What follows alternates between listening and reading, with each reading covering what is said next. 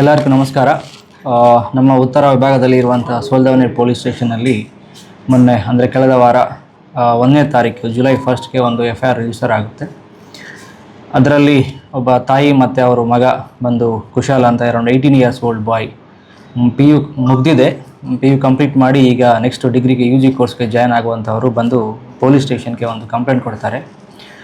ಆ ಹಿಂದಿನ ದಿನ ಅಂದರೆ ಜೂನ್ 30ಗೆ ನಾನು ಮನೆಯಲ್ಲಿದ್ದಾಗ ನನಗೆ ಫ್ರೆಂಡ್ ಆಗಿರೋಂಥ ಒಬ್ಬ ಅಪ್ರಾಪ್ತ ಬಾಲಕಿ ಮತ್ತು ಅವರು ಫ್ರೆಂಡ್ಸು ಕೆಲವರು ಫೋನ್ ಮಾಡಿ AGB ಲೇಔಟ್ಗೆ ಬರಲಿ ಅಂತ ಹೇಳಿರುತ್ತಾರೆ.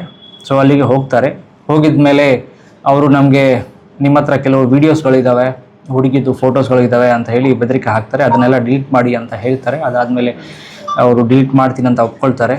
ಮತ್ತು ಅದರಲ್ಲಿ ಮತ್ತೆ ವಾಪಸ್ಸು ಅವ್ರನ್ನ ಫೋನ್ ಇದೆ ಅಂತ ಹೇಳುವಾಗ ಅವರೆಲ್ಲರೂ ಅದೇ ಅವ್ರ ಜೊತೆ ಕಾರ್ನಲ್ಲಿ ಬಾಲಕಿ ಮತ್ತು ಈ 4 ಜನ ಅಕ್ಯೂಸ್ಡ್ಗಳು ಎಲ್ಲರೂ ಸೇರಿ ಮನೆಗೆ ಬಂದು ಅವರು ಮೊಬೈಲ್ನ ತಗೊಂಡೋಗಿ ಮತ್ತು ಅವ್ರ ಜೊತೆಗೆ ಅವ್ರ ತಾಯಿ ಹೇಳಿ ಅವ್ರ ಜೊತೆ ಅವ್ರಿಗೇನು ಕರ್ಕೊಂಡೋಗಿ ಅಲ್ಲಿಂದ ಒಂದು ಆಲೂರು ಅಂತ ಒಂದು ಪ್ಲೇಸ್ ಮಾದನಾಯಕನಹಳ್ಳಿ ಪೊಲೀಸ್ ಸ್ಟೇಷನ್ ಲಿಮಿಟ್ಸ್ಗೆ ಒಂದು ಖಾಲಿ ಪ್ರದೇಶಕ್ಕೆ ಕರ್ಕೊಂಡೋಗಿ ಅಲ್ಲಿ ಅವ್ರನ್ನ ಅಸಾಲ್ಟ್ ಮಾಡುವಂಥದ್ದು, ಅಂದರೆ ಬಟ್ಟೆ ಬಿಚ್ಚಿ ಮತ್ತು ಒಂದು ಅವಮಾನ ಮಾಡುವಂಥದ್ದು ಮತ್ತು ವಿಡಿಯೋ ರೆಕಾರ್ಡ್ ಮಾಡುವಂಥದ್ದು ಆಗಿರುತ್ತದೆ ಅಂತ ಹೇಳಿ, ಮತ್ತು ಅವ್ರ ಮೊಬೈಲ್ನ ತಗೊಂಡಿದ್ದಾರೆ, ಕಿತ್ಕೊಂಡು ಹೋಗಿದ್ದಾರೆ ಅಂತ ಹೇಳಿ ಒಂದು ಕಂಪ್ಲೇಂಟ್ ಕೊಟ್ಟಿದ್ದಾರೆ. ಅದಾದ ಮೇಲೆ ನಾವು ಕಿಡ್ನಾಪ್ ಮತ್ತು ರಾಬರಿ ಸೆಕ್ಷನ್ಸಲ್ಲಿ ಅಡಿನಲ್ಲಿ FIR ಮಾಡಿದ್ದೀವಿ ಆನ್ 1 ಜುಲೈ.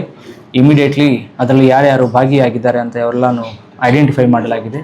ಸೊ ಇದರಲ್ಲಿ ಈಗಾಗಲೇ ಸೋಫಾರ್ ನಾವು 8 ಜನನ 3ನೇ ತಾರೀಕು ಅರೆಸ್ಟ್ ಮಾಡಿ ಕೋರ್ಟ್ಗೆ ಪ್ರೊಡ್ಯೂಸ್ ಮಾಡಲಾಯಿತು.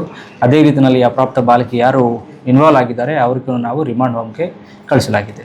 ಸೊ ಫರ್ದರ್ ಇನ್ವೆಸ್ಟಿಗೇಷನ್ ನಮ್ಮ ಸೋಲ್ದವನಹಳ್ಳಿ ಪೊಲೀಸ್ ಸ್ಟೇಷನ್ ಇನ್ಸ್ಪೆಕ್ಟರ್ನ ಕ್ಯಾರಿ ಫಾರ್ವರ್ಡ್ ಮಾಡ್ತಾ ಇದ್ದಾರೆ. ಅದರಲ್ಲಿ ಈಗಾಗಲೇ ಡ್ಯೂರಿಂಗ್ ದ ಇನ್ವೆಸ್ಟಿಗೇಷನ್ಸ್ ಅಂದರೆ ಅರೆಸ್ಟ್ ಮಾಡುವಾಗ ಒಂದು ಕಾರು, ಅದೇ ಈ ಕೃತ್ಯಕ್ಕೆ ಬಳಕೆ ಆಗುವಂಥ ಕಾರು ಮತ್ತು 3 ಬೈಕ್ಗಳು ಮತ್ತು ಅವರು ವಿಡಿಯೋ ರೆಕಾರ್ಡ್ ಮಾಡುವಂಥ 3 ಮೊಬೈಲ್ಸ್ಗಳನ್ನು ನಾವು ಸೀಸ್ ಮಾಡಿ ಈಗಾಗಲೇ PF ಆಗಿ ಕೋರ್ಟ್ಗೆ ಸಬ್ಮಿಟ್ ಮಾಡಲಾಗಿದೆ. ಈಗ ಹುಡುಗಿ ಮತ್ತು ಯಾಕೆ ಆ ಹುಡುಗಿ ಈ ರೀತಿಯಾಗಿ ಅವ್ರ ಫ್ರೆಂಡ್ಸ್ ಇವರು ಈಗ ಇದರಲ್ಲಿ ಕಂಪ್ಲೇಂಟ್ ಯಾರಿದ್ದಾರೆ ಫಿರ್ಯಾದಾರ್ ಕುಶಾಲ್ ಅಂತ, ಬಾಲಕ, ಅರೌಂಡ್ 18 ಇಯರ್ಸ್ ಬಾಯ್ ಅವರು, ಮತ್ತು ಈಗ ಇದರಲ್ಲಿ ಬಾಲಕಿ ಯಾರಿದ್ದಾರೆ ಅವರು ಕ್ಲಾಸ್ಮೇಟ್ಸ್, PUನಲ್ಲಿ ಪೀನಿಯಾದಲ್ಲಿ ಒಂದು ಕಾಲೇಜ್ನಲ್ಲಿ PU ಮುಗಿಸಿದ್ದಾರೆ. ಅಲ್ಲಿ ಅವರು ಕ್ಲಾಸ್ಮೇಟ್ಸ್ ಮತ್ತು ಅವ್ರ ಮಧ್ಯದಲ್ಲಿನೂ ಸಂಬಂಧ ಇದೆ, ಅಂದರೆ ದೇ ಆರ್ ಫ್ರೆಂಡ್ಸ್. ಸೊ ಆ ರಿಲೇಷನ್ಸ್ನಲ್ಲಿ ಅವರು ಕೆಲವು ವಿಡಿಯೋ ಕಳಿಸಿದ್ದಾರೆ, ಇವರು ಕೆಲವು ವಿಡಿಯೋ ಕಳಿಸಿರೋಂಥ ಒಂದು ಅಪವಾದನ ಇದೆ. ಅದರಲ್ಲಿ ಫರ್ದರ್ ಇನ್ವೆಸ್ಟಿಗೇಷನ್ ನಮಗೆ ಗೊತ್ತಾಗಬೇಕಾಗುತ್ತೆ. ಸೊ ಆ ನಿಟ್ಟಿನಲ್ಲಿ ಅವ್ರಿಗೆ ನನ್ನ ವಿಡಿಯೋ ಅವ್ರ ಹತ್ರ ಇದೆ, ಸೊ ಅವ್ನು ಡಿಲೀಟ್ ಮಾಡಿಸ್ಬೇಕಂತ ಉದ್ದೇಶಕ್ಕೆ ಈ ಬಾಲಕಿ ಯಾರಿದ್ದಾರೆ ಅವರು ಫ್ರೆಂಡ್ಸ್, ಅವ್ರಿಗೆ ಅದೇ ಏರಿಯಾದವರು, ಮತ್ತು ಈ 8 ಜನ ಅಕ್ಯೂಸ್ಗಳು ಯಾರಿದ್ದಾರೆ ಎಲ್ಲರೂ ಮೇಜರ್ಸ್ ಆಗಿರ್ತಾರೆ. ಅವರೆಲ್ಲರೂ ಈಗ ಈ ಸಪ್ತಗಿರಿ ಕಾಲೇಜ್ನಲ್ಲಿ BE ಓದ್ತಾ ಇದ್ದಂಥ ಹುಡುಗರು ಇದ್ದಾರೆ. ಸೊ ಅವ್ರಿಗೆ ಹೇಳಿದರೆ ಅಂದರೆ ಅವ್ರಿಗೆ ಗೊತ್ತಿದ್ದ ಒಬ್ಬರು A1 ಹೇಳ್ತಾರೆ, A1 ಅವರ ಫ್ರೆಂಡ್ಸ್ ಯಾರಿದ್ದಾರೆ ಅವ್ರಿಗೆ ತಿಳಿಸಲಾಗೋದು, ಮತ್ತು ಅವರು ಬೈಕ್ನಲ್ಲಿ ಬರೋದು. 3 ಜನ ಇವನು ಕರ್ಕೊಂಡು ಹೋಗಿದ್ದು ಈ ಕೃತ್ಯಕ್ಕೆ ಒಳಗಾಗಿದ್ದಾರೆ. ಸೊ ಹಾಗಾಗಿ ಆ್ಯಕ್ಷನ್ ತಗೊಳ್ಳಲಾಗಿತ್ತು. ಯಾವುದು ಕಿಡ್ನಾಪ್ ಆ್ಯಂಡ್ ರಾಬರಿಗೆ ಮಾಡಿದ್ದೀವಿ. ಯಾಕಂದರೆ ಅದರಲ್ಲಿ ಅವರು ಕಂಪ್ಲೇಂಟ್ ಯಾವ ರೀತಿಯಲ್ಲಿ ಕೊಟ್ಟಿದ್ದಾರೆ, ಹ್ಯಾಂಡ್ ರಿಟನ್ ಕಂಪ್ಲೇಂಟ್ ಅವ್ರ ಕಡೆ ತಗೊಂಡಿದ್ದೀವಿ. ಸೊ ಅದನ್ನ ಪ್ರಕಾರ ಯಾವ ಸೆಕ್ಷನಲ್ಲಿ ಆಗುತ್ತೆ ಅದೇ ಸೆಕ್ಷನಲ್ಲಿ ಪ್ರಾಪರಾಗಿ FIR ಮಾಡಿದ್ದೀವಿ. ಫರ್ದರ್ ಇನ್ವೆಸ್ಟಿಗೇಷನಲ್ಲಿ ಏನಾದರೂ ನಮಗೆ ಮೆಡಿಕಲ್ ಸರ್ಟಿಫಿಕೇಟ್ ಆಗಲಿ, ಇವರು ಸ್ಟೇಟ್ಮೆಂಟ್ಗಳಲ್ಲಿ ಏನಾದರೂ ನಮಗೆ ಆ 307ಗೆ ಸಂಬಂಧಪಟ್ಟ ಸೆಕ್ಷನ್ಸ್ ಅಟೆಂಪ್ಟ್ ಟು ಮರ್ಡರ್ ಏನಾದರೂ ಕಂಡು ಬಂದಿದ್ರೆ ಡೆಫಿನೆಟ್ಲಿ ಅದನ್ನು ಫರ್ದರ್ ಆ್ಯಕ್ಷನಲ್ಲಿ ಆ್ಯಡ್ ಮಾಡ್ಕೊಳ್ತೀವಿ. ಬಟ್ ಇದರಲ್ಲಿ ಟ್ರಾನ್ಸ್ಪರೆಂಟ್ ಆಗಿ ಕಾಣುತ್ತಲ್ಲ ಸರ್, ಬಿಕಾಸ್ ಅವ್ರನ್ನ ಕಿಡ್ನಾಪ್ ಮಾಡ್ಕೊಂಡು ಹೋಗಿ ಒಂದು ಜಾಗದಲ್ಲಿ ಹೊಡೆದಿರೋದು ಅಂತಾನೆ ಗೊತ್ತಾಗುತ್ತಲ್ವಾ ಸರ್? ಹೌದು. ಸೊ ಅದರಲ್ಲೇ ಸೋಮೋಟ್ ಹಾಕೋಬೋದು ಐತಲ್ಲ ಸರ್? ಇದು ಅದರಲ್ಲಿ ಈಗ ಅವರು ವಿಡಿಯೋ ಮಾಡಿದ್ದಾರೆ, ರೆಕಾರ್ಡ್ ಮಾಡಿದ್ದಾರೆ, ಅದು ಏನಿದೆ ಅವ್ರು ನಮ್ಗೆ ಏನು ಕಂಪ್ಲೇಂಟ್ ಕೊಟ್ಟಿದ್ದಾರೆ ಅದಾದರ ಮೇಲೆ ನಾವು ಮಾಡಿದ್ದೀವಿ. ಇನ್ನೊಂದು ಎಲ್ಲಿನೂ ನಮಗೆ ಮರ್ಡರ್ ಮಾಡಬೇಕಂತ ಉದ್ದೇಶದಿಂದ ಅವರು ಮಾಡಿದಾರಂಥ ಉದ್ದೇಶಕ್ಕೆ, ಯಾಕಂದರೆ ಇದು ಸೋಮೋಟೋ ಕಂಪ್ಲೇಂಟ್ ಅಲ್ಲ, ಕಂಪ್ಲೇಂಟ್ ಏನು ಕೊಟ್ಟಿದ್ದಾರೆ ಫಿರ್ಯಾದಾರ್ ಏನು ಕೊಟ್ಟಿದ್ದಾರೆ ಅದನ್ನ ಪ್ರಕಾರ ನಾವು FIR ಮಾಡಿದ್ದೀವಿ. ಅದರಲ್ಲಿ definitely if it is applicable ಅಂದರೆ ಫರ್ದರ್ ಇನ್ವೆಸ್ಟಿಗೇಷನಲ್ಲಿ ನಾವು ಕಡ್ಡಾಯವಾಗಿ ಅದು ಮಾಡಿದ್ದೀವಿ. ಅದಕ್ಕಂತ ಜಾಸ್ತಿ ರಾಬರಿ ಸೆಕ್ಷನ್ ಆಡ್ ಮಾಡಿದ್ದೀವಿ. ಮನೆಯಿಂದ ಬಂದು ಅವ್ರ ಮೊಬೈಲ್ ಕಿತ್ಕೊಂಡು ಹೋಗಿದ್ದಾರೆ ಅಂತ ಉದ್ದೇಶಕ್ಕೆ ಹೇಳಿದ್ದಾರೆ, ಅದನ್ನ ಪ್ರಕಾರ ನಾವು ರಾಬರಿ ಸೆಕ್ಷನ್ ಆಡ್ ಮಾಡಿದ್ದೀವಿ, which has a more punishment. Sir ಇನ್ನೊಂದು ವಿಚಾರ ಅಂತಂದ್ರೆ, ಈಗ ಹೇಮಂತ್ ಅಂತ ಆರೋಪಿ ಹೆಸರು ಏನು ಕೇಳಿ ಬರ್ತಾ ಇದೆ, ಈತನ ಹಿನ್ನೆಲೆ ಈಗ ಅಷ್ಟೇ ಸಾಕಷ್ಟು ದೂರು ಕೂಡ ದಾಖಲಾಗಿದೆ ಅವನ ಮೇಲೆ ಅಂತಾನೂ ಇದೆ.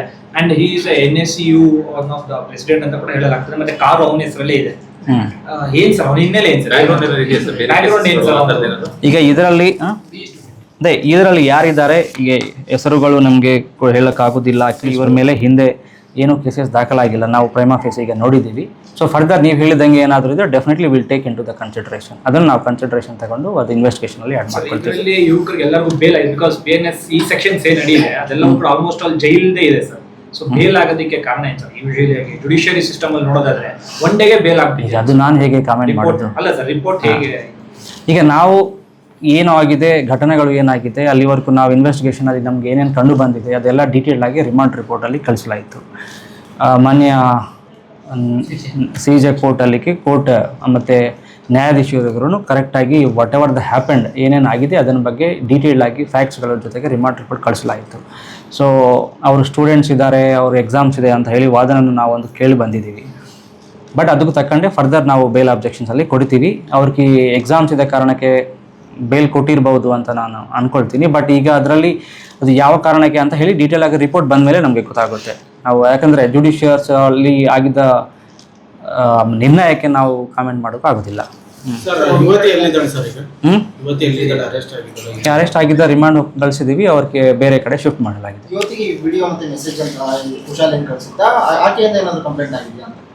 ಅವ್ರು ಏನು ಕಂಪ್ಲೇಂಟ್ ಮಾಡಿಲ್ಲ.